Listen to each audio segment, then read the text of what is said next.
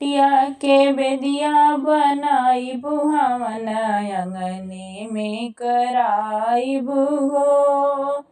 मटिया के बेदिया बनाइबु हमन अंगने में कराइबु हो।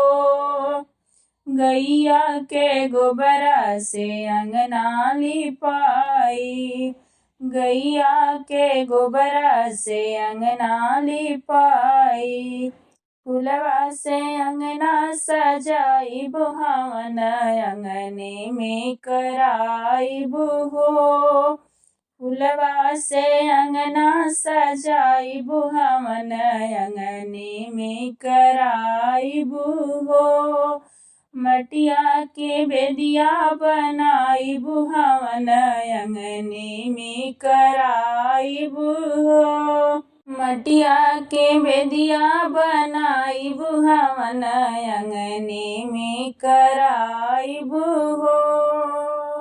मलिया से जाके फूलवा ले आइबु, मलिया से जाके फूलवा ले आइबु। रची रची बेदिया सजाइबु हमन अंगने में कराइबु हो। रची रची बेदिया सजाइबु हमन अंगने में कराइबु हो। मटिया के बेदिया बनाइबु हमन अंगने में कराइबु हो। मटिया के बेदिया बनाइबु हमन अंगने में कराइबु हो। सोने के दियना कपूर क बाती, सोने क दियना कपूर क बाती। बेदिया पे दियना जलाइबु हमन अंगने में कराइबु हो। बेदिया पे दियना जलाइबु हमन अंगने में कराइबु हो।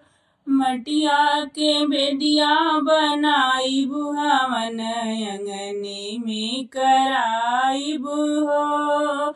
मटिया के बेदिया बनाइबु हमन अंगने में कराइबु हो। घरे घर से गोइया बोलाइब, घर घर से गोइया बोलाई।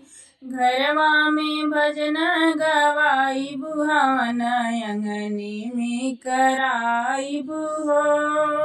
घरवा में भजन गवाइबु हमन अंगने में कराइबु हो। अंगने में मंगल गवाइबु हमन अंगने में कराइबु हो। मटिया से बेदिया बनाइबु हमन अंगने में कराइबु हो। मटिया से बेदिया बनाइबु हमन अंगने में कराइबु हो।